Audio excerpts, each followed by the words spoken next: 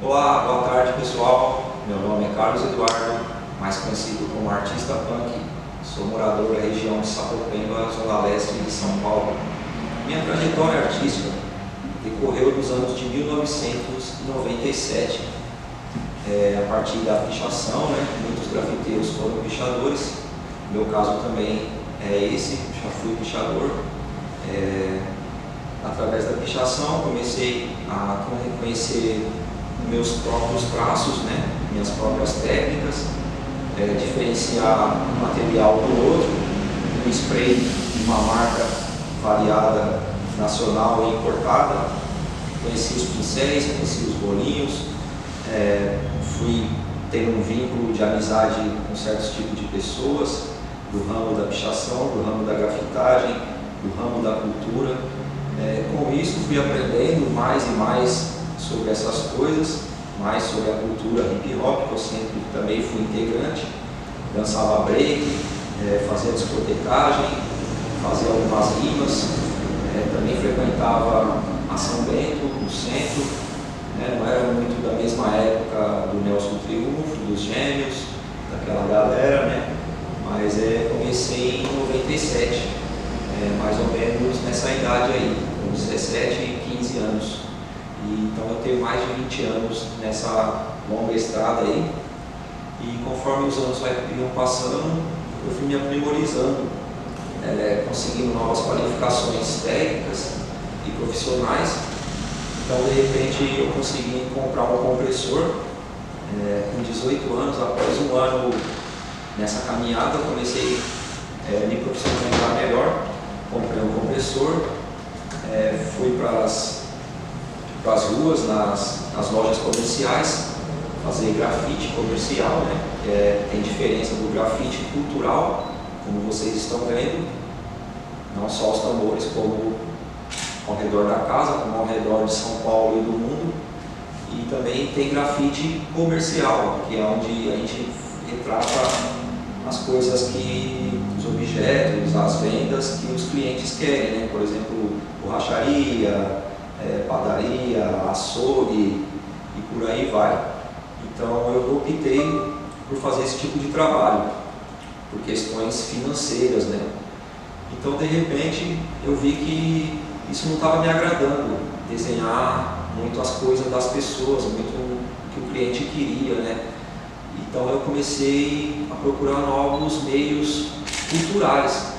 Então eu comecei a participar de projetos, né, de editais públicos com a Secretaria Municipal da Cultura e a Prefeitura do Estado de São Paulo, e alguns outros editais também, como o VAI, como o PROMAC, o PROAC, ICMS e o próprio PROAC, né, que são diferentes. Então com isso eu conheci outras galeras, outras pessoas, né, conheci gente importantes também, como o secretário, como o próprio prefeito, como ministros, né, como políticos, policiais, advogados, né? Então eu conheço tudo quanto é tipo de gente, desde a classe A C, a D, né, para não fazer discriminação de raça, né, galera? Não fazer discriminação de cor, de credo, de religião. Tanto é que minha religião é cristianismo, sou cristão e retratei obras de orixás. Então eu não vejo nenhum problema com isso. Muita gente me perguntava: nossa, que arte linda que você está fazendo, Eduardo. Mas quando eu falava que era de Umbanda, esse pessoal estranhava. E eu me perguntava para eles: por que esse estranhamento? É uma religião como as outras comuns, são deuses como outros deuses. Então a gente tem que respeitar. Eu respeito, ele me respeita. Então essa é a porta que está me abrindo. Então eu não posso simplesmente fechar os olhos, tampar os ouvidos, tapar a boca. Não, temos que sempre levar adiante, né? Essa cultura não pode ficar só comigo, ela tem que ficar para outras pessoas. Por isso que agora, no meu caso, eu cheguei num nível que eu não quero mais simplesmente ser um grafiteiro, um artista conceituado, ter minhas obras expostas no centro, nas galerias, em jornais, em quadros. Sim, quero muito, só que eu também quero que meus alunos retratem essas obras comigo. Eu quero e peço aos órgãos públicos e entidades filantrópicas e outras mais, que dê oportunidade aos jovens, porque eu já precisei de uma oportunidade, sei como é que é essa primeira oportunidade, e não obter. Então, com isso, galera, vamos focar nos novos artistas. Há muitas crianças, muitos jovens, querendo desempenhar essa arte, só que eles não sabem o caminho. Eu sei o caminho, outros jovens sabem o caminho, outros artistas sabem o caminho, só que muitos não querem mostrar esse caminho para estes jovens, porque há muita criminalidade nesse mundo, há muita perversidade. Então temos que tirar esses jovens, essas crianças. Sobre as artes, eu tenho uma escolha, assim, eu costumo fazer sempre uma manifestação artística, um protesto que vem das ruas, vem das origens do passado. Tanto é que o grafite surgiu através desse tipo de protesto, não só das escritas, como frases e poemas, também como caricaturas, como desenhos, como imagens. Então, o meu ego pessoal, quando estou realmente em transe com a arte, eu me dedico a esboços em papel, em sulfite, depois jogo para o computador para jogar algumas imagens. Não uso nenhum arquivo, nenhum programa específico, como Photoshop, CorelDRAW, né? Jogo canetinha, lápis de cor, com algumas técnicas também que eu adquiri conforme os tempos.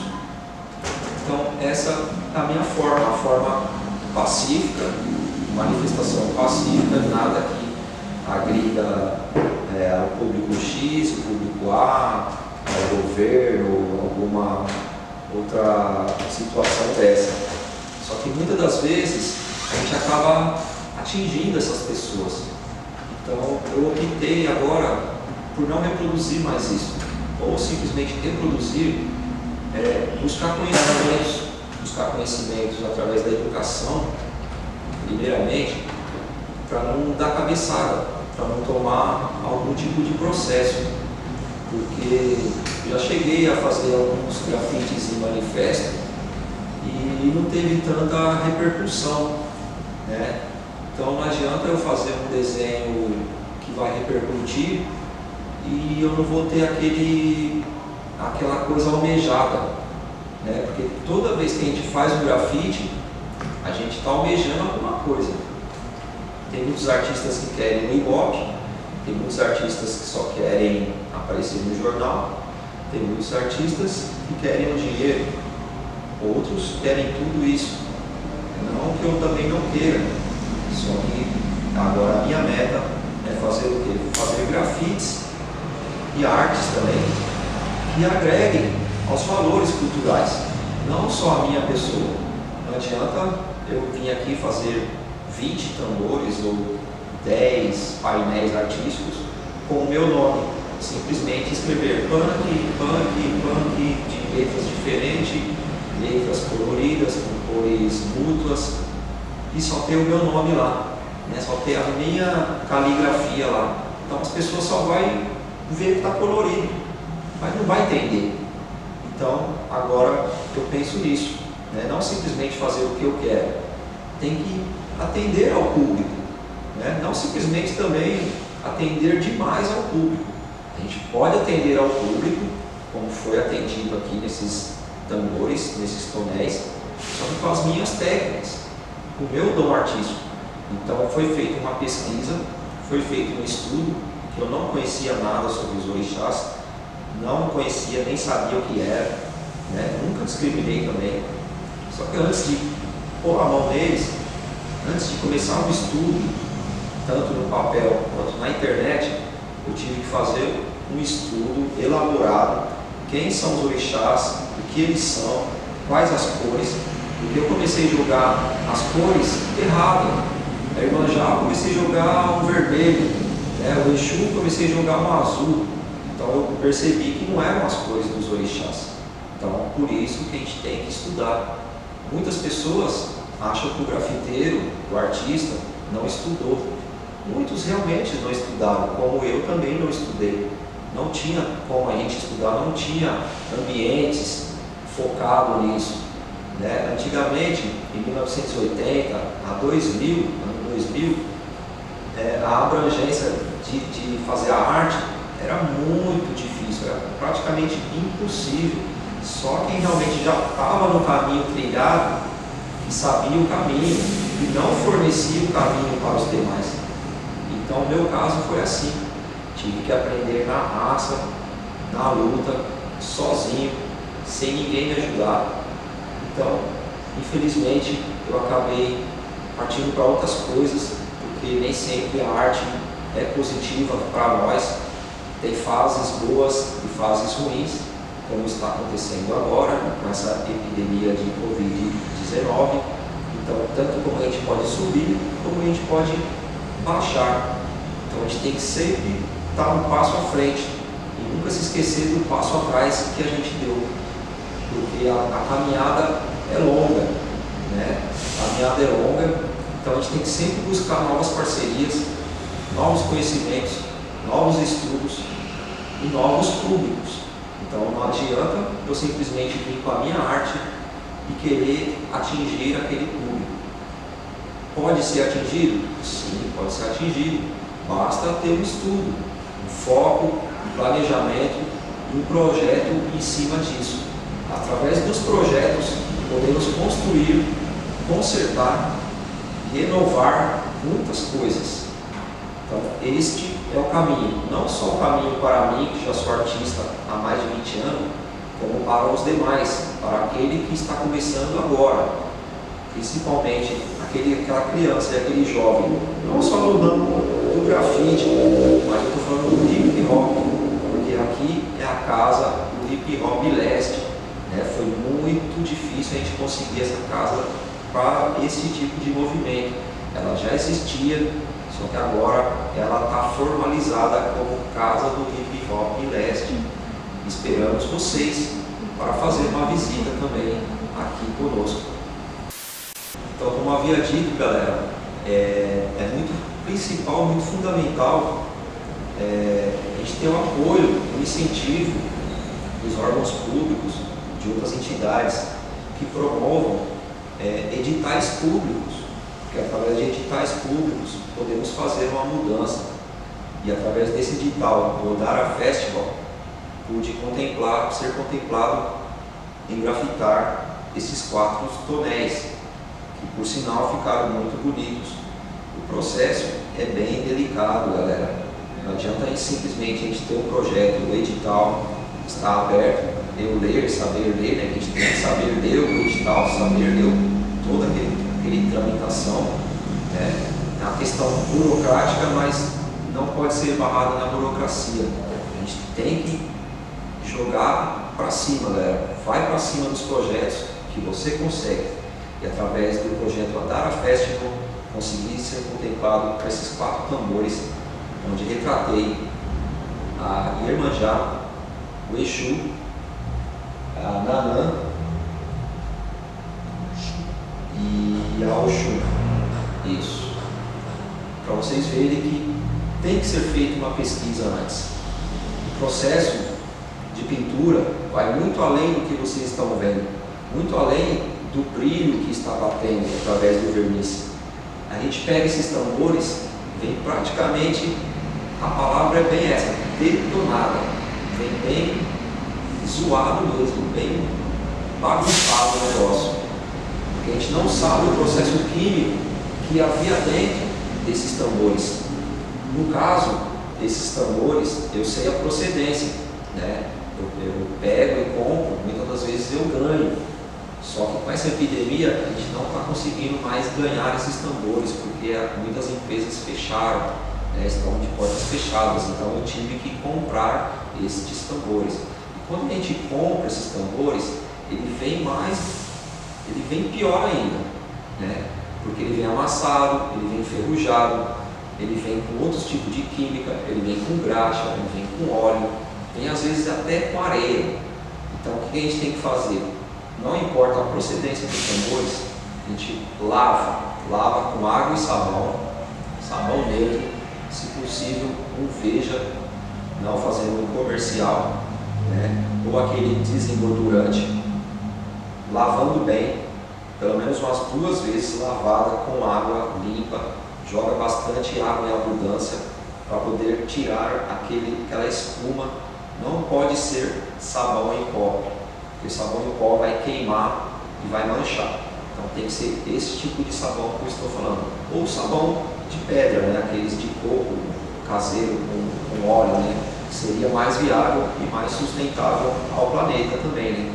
Então esse tipo de arte também é uma arte reciclável, né? Por que não dizer isso? Porque a gente pega uma coisa que ia para o lixo, ia para o ferro velho, tanto é que eu comprei o ferro velho, e a gente faz uma arte ficar bacana através da sustentabilidade. Então o processo é esse: a gente pega os tambores, lava, espera secar, pelo menos uma meia hora, dependendo do sol, né? Dependendo do clima. Se tiver um clima favorável com calor, ele seca em minutos. Agora, se for um clima já ameno de 24 graus, aí já o tempo de secagem dura um pouco mais. Se for passar um pano, passa um pano limpo, um pano macio. Não pode ser um pano que risca, não pode ser um pano que não enxuga. Passou esses processos de limpeza e de higienização, primeiramente, vem a aplicação da lixa. A lixa número 100 para ferro, né? Para quê? Para tirar essas imperfeições de ferrugem, imperfeições de escorrimento, imperfeições de tintas recentemente mal pintadas, porque muitas das vezes os pintores que pegam esses tambores simplesmente pintam, às vezes cor verde, às vezes a cor vermelho e a laranja, eles aplicam essas tintas aí sem nenhum fundo, sem nenhum preparo. Então por isso que é importante a aplicação da lixa em toda a circunferência, não só onde vai o desenho, tem que ser em toda a circunferência e em cima. Também, primeiramente, eu esqueci de falar, a gente tem que esvaziar o recipiente. Não adianta pegar o tambor, começar o preparo de limpeza, lixar e fazer o desenho sem esvaziar o conteúdo e certificar o que é o conteúdo. Porque se de repente for um ácido químico, a gente não pode pôr a mão, a gente não pode começar a trabalhar sem os equipamentos de segurança que são os EPIs. Então tem que usar máscara, tem que usar óculos, usar luva na hora que for lavar, certificar que esse produto não se encontra mais dentro dos tambores, saber como vai retirar esses tambores, como vai retirar esse líquido dentro dos tambores, que muitas das vezes são líquidos, às vezes pastosos, homogêneos. Então a gente tem que esvaziar isso de uma maneira segura, não jogar em qualquer lugar, tem que saber onde vai ser descartado isso. Não pode ser jogado simplesmente na boca do bueiro. E muitas das vezes o próprio conteúdo químico ele evapora. Então, conforme essa evaporização, prestar bastante atenção com crianças, animais e plantas, porque é um produto químico. Então isso pode causar tanto explosão como queimaduras e como inalação inapropriada, perigoso levar à morte ou algum tipo de reação alérgica. Então, voltando ao processo de lixar, a gente lixa uma vez, apenas uma vez, todas as circunferências, se possível horizontal e vertical, né? Não se pode lixar em círculos, porque se você lixar em círculos, vai ficar manchas. Então sempre na horizontal e na vertical, ou vice-versa. Feita essa aplicação da lixa, a gente limpa novamente com outro tipo de pano, não o mesmo pano que a gente secou, um outro pano também macio, um pano adequado para tirar este pó. Ou vir com um compressor, quem tem um compressor, fazer uma batida de ar e prestar atenção também onde vai esse ar, né, galera? Se de repente for um ambiente fechado, esse ar vai se acumular. Se for um ambiente aberto, ele vai se expandir. Mas para onde ele vai se expandir? Para a casa do vizinho? Não pode, galera. Então, sempre prestar bem atenção. É um processo bem delicado. Feito isso, aplica-se um prime. O prime, de minha preferência, é o branco, cor branca. Por quê? Porque facilita na hora de aderir as cores. Neste caso aqui, eu apliquei um primer preto, porque a imagem em si é escura, é carregada. Então eu optei por aplicar o primer preto, que são variedades de cores, infinitamente de cores, né? São cores primárias, cores neutras. Então eu apliquei o primer branco e o primer preto com o compressor com a diluição de 60% a 70%. Apenas duas demãos. Apliquei uma na horizontal e uma na vertical, né? Com bastante pressão para ter bastante vazão do ar, para não ter escorrimento e não ter casca de laranja, que é o efeito contrário que dá da pintura, seria uma patologia da pintura. Então, feito todos esses processos, espera secar o primer, questão de 5 minutos, dependendo do clima. Se for um clima quente, ele seca em instantes. Se for um clima frio e gelado, chuvoso, ele vai demorar um pouco mais para secar e o primer vai suar. Ele soa por causa do thinner, por causa da composição química dentro dela. Então, feito isso, a aplicação do primer, a gente aplica uma lixa 1200 ou 1600 ou a lixa número 600, lixa d'água número 600, 1200 ou 1600. Para que essa aplicação dessa lixa? Para tirar qualquer imperfeição do primer, mesmo que ele esteja impecável, ele esteja com as duas demãos, ou até mesmo 3 demões, por que não? A gente tem que quebrar essa película, para ela deixar mais lisa, porque se a gente joga com ela grossa, na hora de a gente jogar o verniz, ele não vai criar tanto brilho. Então, se a gente lixa o primer depois de aplicado, na hora de aplicar o verniz, ele vai criar mais brilho. Então, foi feito esse tipo de processo aqui. A gente lavou o tambor, secou, lixou, limpou novamente, aplicou o primer, lixou o primer, começou a fazer o risco do desenho, seleciona qual desenho que é, como havia dito antes. A gente tem que fazer um estudo, que tipo de desenho vai ser feito, ele vai encaixar, não vai encaixar, ele vai estar na simetria exata, não vai, saber o posicionamento dos tambores, né? Ele também tem o lado, escolher o lado que não está amassado, não está deteriorado, certificar que os ferrugens foram eliminados, certificar que não haja nenhuma impureza prévia anteriormente, né? Para não ocorrer nenhum tipo de risco. Feito isso, selecionado as imagens, não importa qual seja, a gente vem e começa a riscar, né? Alguns deles eu risco na mão, na própria raça, vamos dizer assim. Só que algumas das vezes a gente usa a projeção de imagem e vídeo. Pega-se um computador, um notebook, pega o projetor, projeta a imagem. Então facilita um pouco mais o nosso trabalho, né? Às vezes também eu utilizo o stencil art. Só que muitas das vezes o trabalho não é repetido, então não tem como jogar o stencil. Muitas das vezes, como vocês podem ver, são 4 imagens diferentes, então não tenho como usar o stencil nelas. Então a maioria das vezes, 80% das artes que eu faço, eu uso a projeção, porque a gente já chegou num nível de profissionalismo que tem que usar a tecnologia ao nosso favor. E aqui foi esse caso. Apliquei a projeção, risquei, comecei a jogar as cores, comecei das cores maiores para as menores. Por exemplo, aqui eu comecei do lilás para depois fazer as cores menores. Aqui eu comecei com a cor vermelha para depois fazer com as cores mais escuras, as cores menores, como o amarelo, o laranja. Então sempre quando vai começar uma arte, começa a dar cores que vai mais volumes para as menores. Então, este foi o tipo de processo. Feito isso, espera-se uma secagem de pelo menos 24 horas. No caso aqui, eu apliquei com verniz, com tinta spray. Então, a tinta spray ela seca em, vamos por 10 minutos a meia hora, dependendo das condições climáticas. Então, você já pode aplicar o verniz de imediato. Já neste caso, eu não consegui aplicar o verniz de imediato, porque eu usei uma tinta esmalte sintética, mesmo catalisada, ela demora para secar. Então eu tive que esperar pelo menos 72 horas para aplicar o verniz nestas artes. Porque se a gente joga o verniz, mesmo depois de 72 horas, é perigoso dar algum tipo de reação. A gente evitar de pôr a mão, não agora que já está pronto, mas na hora que está pintando, sempre lavar as mãos.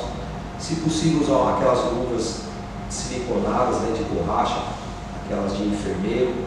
Para quê? Para evitar o suor, porque o suor das mãos ele é gorduroso. Conforme eu vou movimentando sobre o processo de limpeza, né, pessoal, é esse. A gente tem que preparar, fazer um preparo desses tonéis primeiramente, antes de começar a reproduzir a arte. É claro que a gente sabe o tipo de arte que a gente vai fazer primeiro, né, mesmo com estudos ou tendo algum esboço em mãos. Primeiramente é importante a gente ter esse esboço, tanto no papel quanto pela internet, que no caso aqui foi feito pela internet, pelo Google, né? Então foi feita essa pesquisa no Google, foi feito um estudo através de livros, através de pessoas da religiosidade, né, atingida. Então o processo é esse, galera, buscando sempre novos projetos, novos editais, buscando diferenças para a gente poder trabalhar. A diferença que eu falo é artística, porque muitas das vezes a gente está acostumado com aquele tipo de trabalho. Quando a gente pega um outro tipo de trabalho para fazer, outro tipo de arte, o artista normalmente ele apanha um pouco, porque ele não está habituado com aquele tipo de serviço, com aquelas técnicas.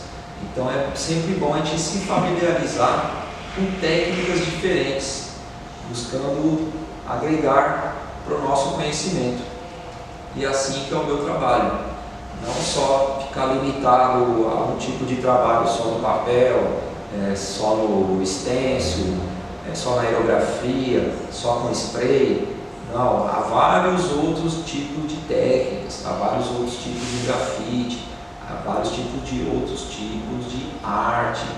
Grafite é uma coisa, arte é outra, street art, muralismo. Então tudo isso é diferente, galera. Não adianta vir, eu faço grafite e sou artista. Não, ou você é grafiteiro ou você é artista. Você pode ser os dois, sim, mas para isso tem que fazer o quê? Ter o estudo, né? Não só o estudo técnico, o estudo emocional, né? Mas também saber o caminho que você quer trilhar na cultura. Vai ser só a cultura X que você vai atender, vai ser só aquele público, aquele outro. Você só vai fazer letra, você vai fazer só paisagem, vai retratar só rosto. Que tipo de serviço você quer? No meu caso, como havia dito, eu sou grafiteiro, sou artista profissional há mais de 20 anos, sou profissional nesse ramo, eu sustento com a arte, também faço pinturas residencial. A única formação que eu tenho é como pintor, na Universidade Futura dos Pintores. Fui contemplado e tirei meu diploma com a Universidade Futura em 2019. Agora, outros trabalhos eu tenho expostos, tanto no mês do hip hop, quanto no Museu de Arte de Rua, quanto na Virada Cultural, editais públicos. Também sou credenciado pela Prefeitura de São Paulo como oficineiro de grafite. Também já dei aulas de beatbox, também já dei aulas também de construção de instrumentos, mas este não é o meu forte. O meu forte, o meu papel principal, o meu objetivo é a qualificação e a capacitação de crianças e jovens através de oficinas. Então o meu forte é esse, que são as oficinas. Eu gosto, eu amo muito o meu trabalho, dou graças a Deus pelo dom dedicado a mim, investido a mim. Então eu não posso simplesmente ter esse dom guardado para mim, não posso simplesmente ganhar o dinheiro e ficar calado. Vou ganhar dinheiro e já era. Não, pessoal, esta arte tem que ser passada adiante para que novos artistas também sejam contemplados através desses editais públicos, através de oficinas, através de conhecimentos, através de estudos, e através de amizades também. A gente pode trazer este pessoal para o nosso lado. Tanto é que quando eu comecei a fazer grafite, não tinha locais para fazer oficinas.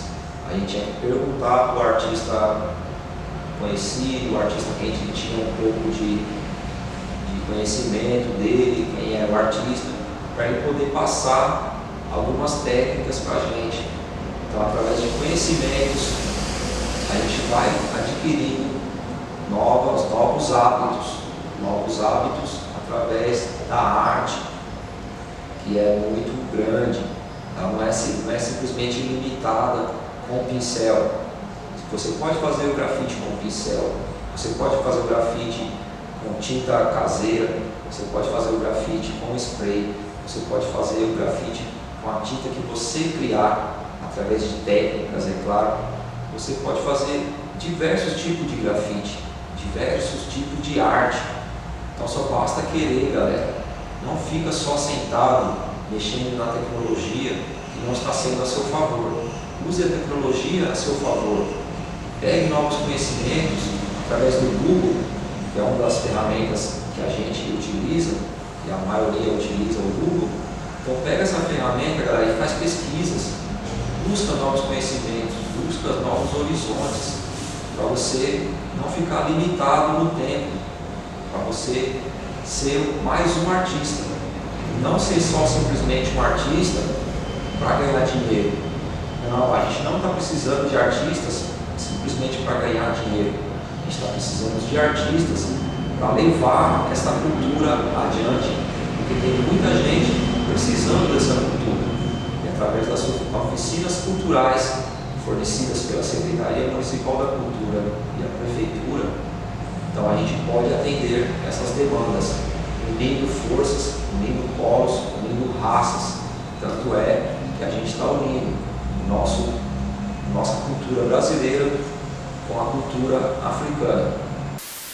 Meus agradecimentos vão sempre, primeiramente, para a família, porque com a família a gente pode sentir um apoio, né? A gente pode ter um ombro amigo, a gente pode receber uma mão que te levanta, porque muitas das vezes o artista ele tem altos e baixos, então a gente não sabe o dia de amanhã se vai ser o baixo ou se vai ser o alto. Então é muito importante a gente ter um vínculo de amizade com outros tipos de público também, não só artistas do mesmo ramo que você.